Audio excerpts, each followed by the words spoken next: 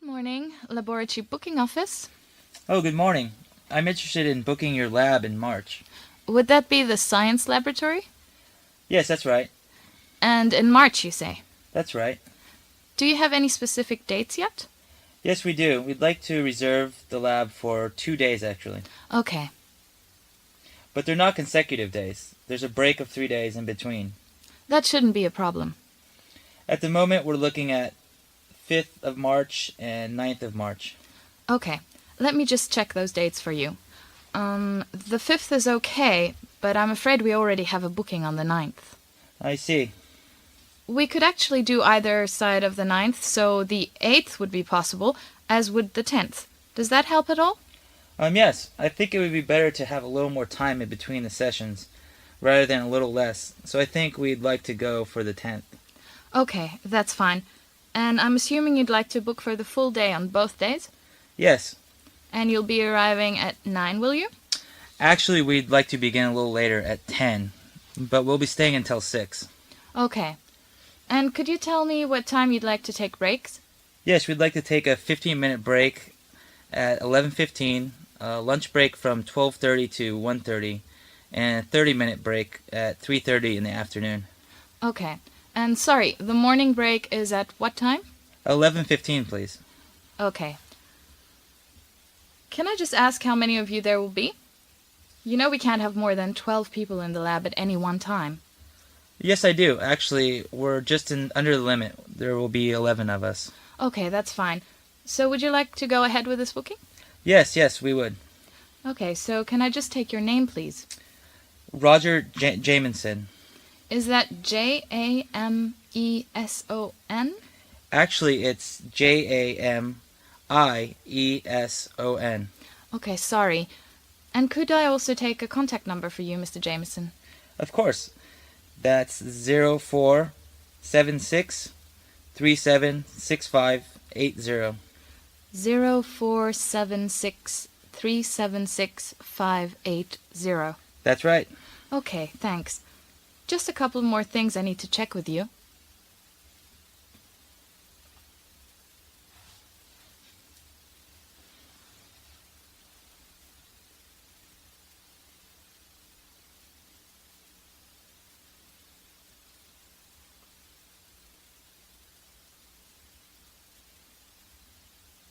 So you'd like me to send out the visitor pack to you? I think so. Could you tell me what's inside, actually? Of course. There's a general information section.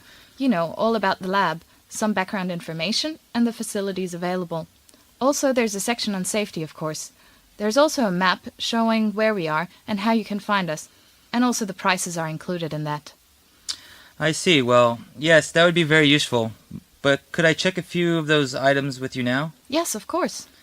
Just regarding the price, I have a note here saying the daily charge is £120, but I think it might be out of date. I'm afraid it is out of date. That was the daily rate about 12 months ago, but the price has gone up slightly since then. Now it's £135 a day. I see, okay. That's still okay. And I could ask you what kind of safety equipment you provide and what we need to bring ourselves. Yes, we provide lab coats and safety glasses, and there's no extra charge for those. They're all included in the price. Because shoe size can be a problem, and we're quite a small laboratory, we don't actually provide lab shoes. But you don't need lab shoes, actually. You all just need to wear closed-toe shoes, no sandals, of course. I see. Okay, that's fine. And finally, I understand that there is a free bus service from the station. That's right. It leaves every 20 minutes, and it leaves from bus stop 7A just outside the station. 7 a.m., okay. I think Good that's morning, everyone, everything. and thank you for coming.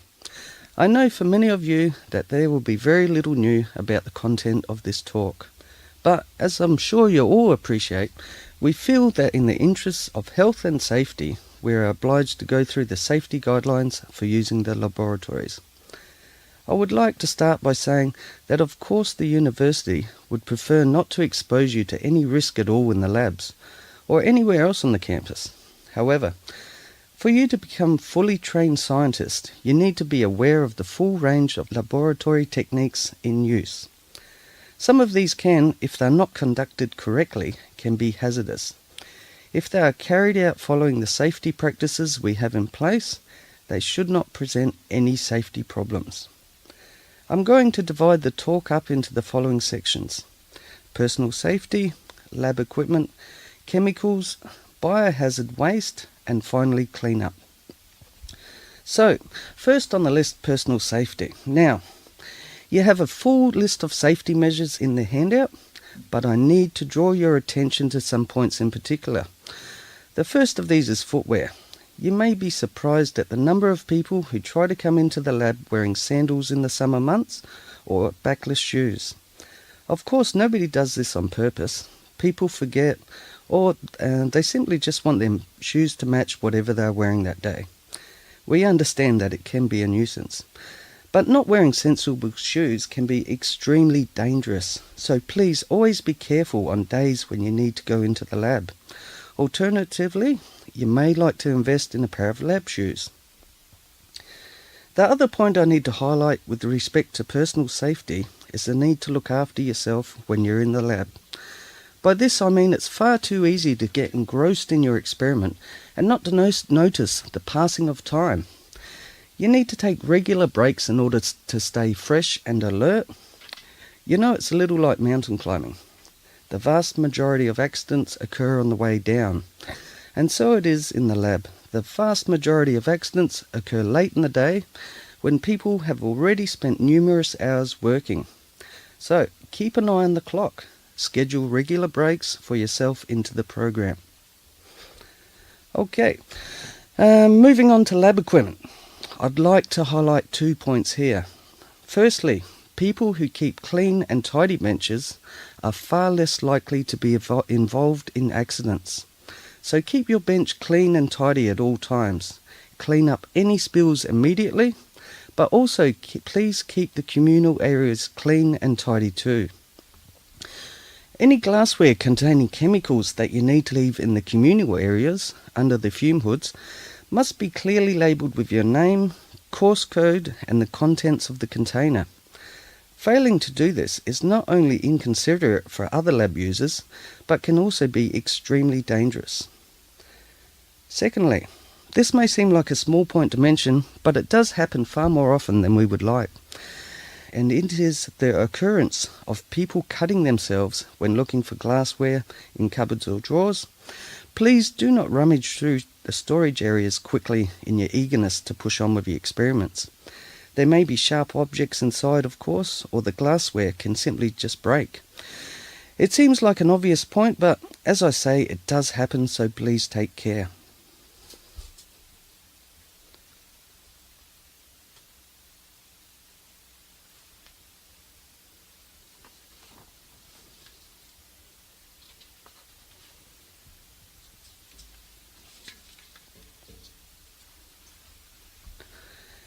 The next category I'd like to look at is chemicals. First of all, acids. Now, if you spill a small quantity of acid on the bench, then as most of you will know, use ammonia solution to dilute it before washing it down with water. But please note, and please highlight this on your handout if you will, that if you spill a larger quantity of acid on the bench or floor, you should first ask the technician for crude sodium bicarbonate. Then use this sodium bicarbonate to neutralize the acid before you wash it down thoroughly with plenty of water. So for larger quantities of acid, use crude sodium bicarbonate.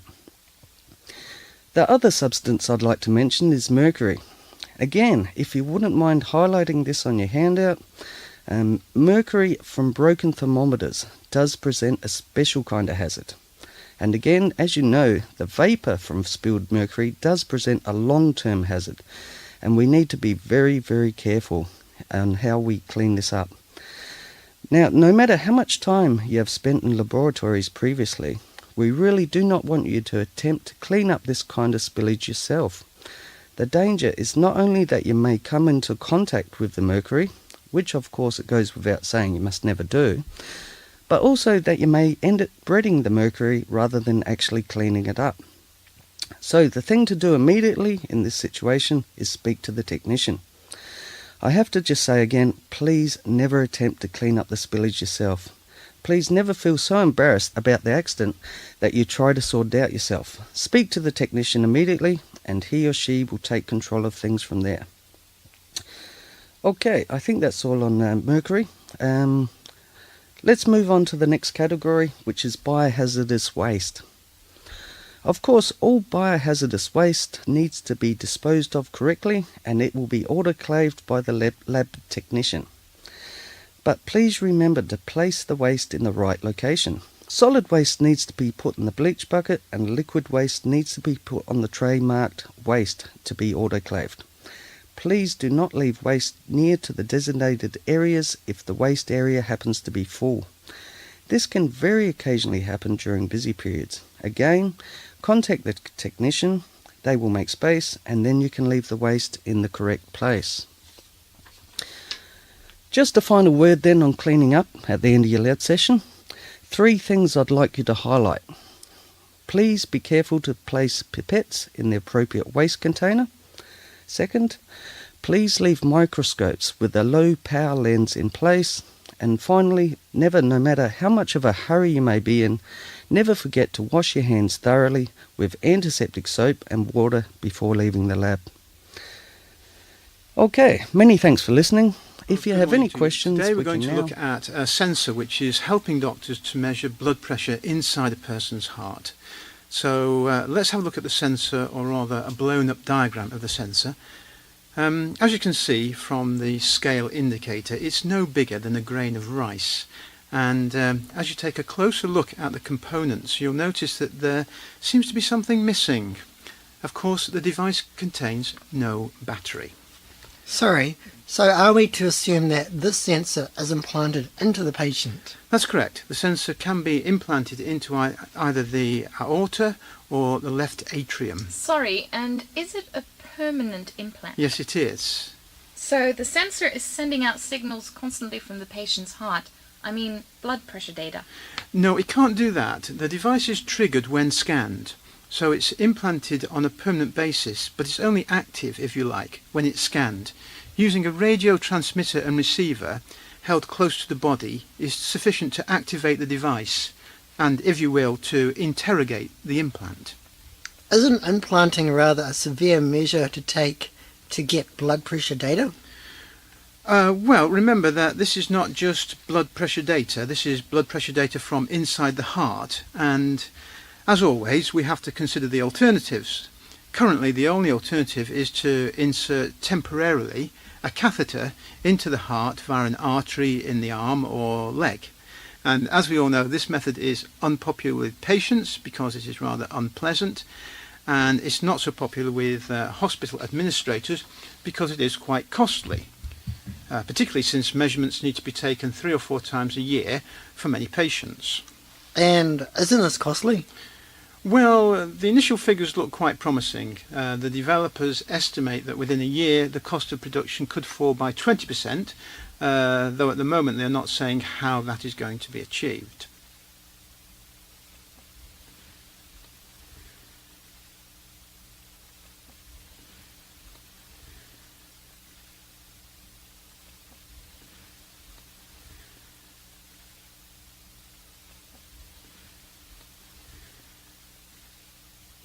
So why the need? Well, in the US alone, every year there are in excess of 500,000 new cases of congestive heart failure. So as you know, this is when fluid builds up in organs and limbs because the heart fails to pump enough blood around the body. This device is designed specifically for these people. Now, the condition is treatable at the moment only via drugs. But in order to ensure that the treatment is indeed working, doctors need to measure the blood pressure inside the heart. As I mentioned previously, this could be 3 or 4 times a year. One advantage with this device is that it only needs to be implanted once, and the measurements can be taken as often as doctors require. A further advantage is that from the trials, measurements are extremely accurate and can be taken extremely quickly. So are there any drawbacks with this method? Well, yes, there are. One of the problems which we find in many implanted devices is that with time they become clogged up by cells or proteins. So what happens when this device does get clogged? Well, because the device works mechanically by the flexing of a membrane, any build-up around the device is not such a problem. Again, the trials seem to suggest that the device can still produce accurate results even when it becomes coated. Wow, that's impressive. And are there any other disadvantages? Yes, there are. One further snag is that being batteryless, the device cannot monitor the heart continuously, so you only get a snapshot picture, if you like, of the blood pressure. But still, we could take these measurements more frequently than we can at the moment. There's also one other concern, a concern inherent in several implanted devices, and that is the danger that the sensor could become detached from its location. If this were to happen, there is a high risk that it could be swept away into the brain and possibly initiate a stroke. Well, that's a fairly serious concern. Yes, it is. However, the research team are adamant that the device is highly unlikely to move because of an anchoring device they have developed to keep the sensor in place. So is this something that we're going to see available to doctors soon? I think so. The development team are being cautious about this, but they have implied that it could be on the market within a matter For of months. centuries, people have tried to find surfaces on which to record their thoughts, stories, and messages. Almost everything imaginable has been tried: wood, stone, ceramics, cloth, bark, metal, silk, bamboo, and tree leaves. Today's lecture, ladies and gentlemen, is a short history of papermaking. As you probably know, the word paper is derived from the word papyrus, which was a plant found in Egypt along the river Nile. The Egyptians produced sheets of papyrus on which they drew images and stories. However, it took some 3,000 years before any major advancements were made. In fact, it wasn't until AD 105 that many claim papermaking was finally invented. There are historical records which report that in the year papermaking was shown to the Chinese emperor by Cai Lun, who was an official of the imperial court. But if we look at the most recent archaeological findings, there is evidence to suggest that the invention of papermaking came some 200 years earlier. There are also some findings of ancient paper pieces which date back to the period of Emperor Wu, whose reign was between 140 BC and 86 BC. Even if Cai Lun was not the actual inventor of papermaking, many people believe that he deserves the recognition that he has been given in Chinese history for his role in the development of a material which revolutionized his country, and later, the world. So how was the early form of paper made? Well, from what we know, it seems that plants from the hemp family were soaked in water, washed, soaked again, and then beaten with a wooden mallet to make a pulp. The pulp would then be stored in a large vat. In order to convert the pulp to a sheet of paper, a mould was produced. The mould was probably made by first putting together a rectangular-shaped bamboo frame. A coarse, woven cloth was then stretched and fastened over the frame. The frame would then be dipped into the vat of pulp, removed, and hung up to dry. Now, the next real advancement came with the development of a smoother cloth for the mould covering. This made it possible to separate the newly formed sheet of paper from the mould and to then reuse the mould almost immediately. This new smoother cloth was made from a mix of very thin bamboo, silk, and animal hair. From then, around 600 AD, the process of making paper spread to countries in Asia. First, it seems, to Korea, where the production process was improved through the addition of seaweed and rice straw. A Korean monk by the name of Don Cho then took this papermaking to Japan, where he shared his knowledge with Japanese royalty. In Japan, this paper was first used, we are told, for government records only, But with the increasing popularity of Buddhism came an increasing demand for paper. Following this, the records then show the existence of paper in Tibet. The Tibetans began to replace their traditional writing materials, a type of palm leaf, with paper. The shape of the paper they produced, however, retained the long, narrow format of the original palm leaves. From here, it seems the process of papermaking spread far and wide across Persia, Central Asia, and then on to India. So, this brings us on to the arrival of the paper mill in North America. The first mill was established there in Pennsylvania in 1690 by William Rittenhouse. Now, Rittenhouse, like many of the early founders, was a European, from Holland in fact, and these people brought with them the papermaking model which was then present in Europe. This European way of production required paper mills to be near or be close to urban areas where there was a plentiful supply of rags, the main raw material of the day. Also, the mills needed to be close to a reliable water supply since large quantities were used to drive the mills and wash the rags. Most of the machinery was also imported from Europe at that time, including the moulds, which required a certain skill, a skill that few workers in the British colonies possessed. Now, with the American War of Independence came an increased demand for more written communication and consequently for more paper. Locals gradually learned the skill of mould making, and soon there was no need for imports. After that war, paper mills started to spring up across the new nation, and the Americans began to experiment with different kinds of raw materials that were in more plentiful supply than rags. These experiments included the use of tree bark, sugarcane waste, straw, and corn stalks. Eventually, a development in England, that of the mechanical wood grinder, made wood pulp a viable option.